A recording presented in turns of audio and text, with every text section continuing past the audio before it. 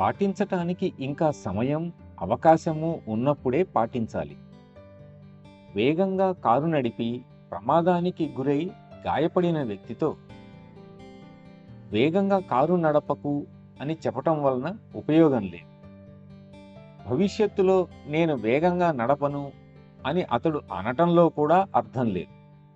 ఎందుకంటే అప్పటికే ఒక కాలు, ఒక కన్ను, ఒక చెవి పోయి ఉంటాయి. ఇక అతడు ఎంత మాత్రం కారు నడపలేడు.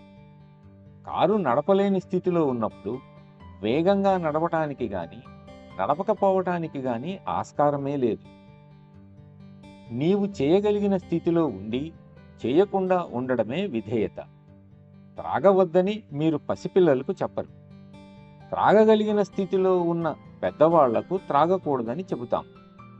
అబద్ధాలు చెప్పేవారికి అబద్ధాలు చెప్పకూడదని, ద్వేషించే వాళ్లను ద్వేషించకూడదని, సత్సంగుకు రాకుండా ఎగ్గొట్టే వాళ్లను సత్సంగుకు రావాలని, అవిధేయులుగా ఉండేవారిని విధేయత కలిగి ఉండమని చెబుతాం. కాబట్టి చేయగలిగిన స్థితిలో ఉండి కూడా చేయకూడని పనులను చేయకుండా ఉండటమే విధేయత.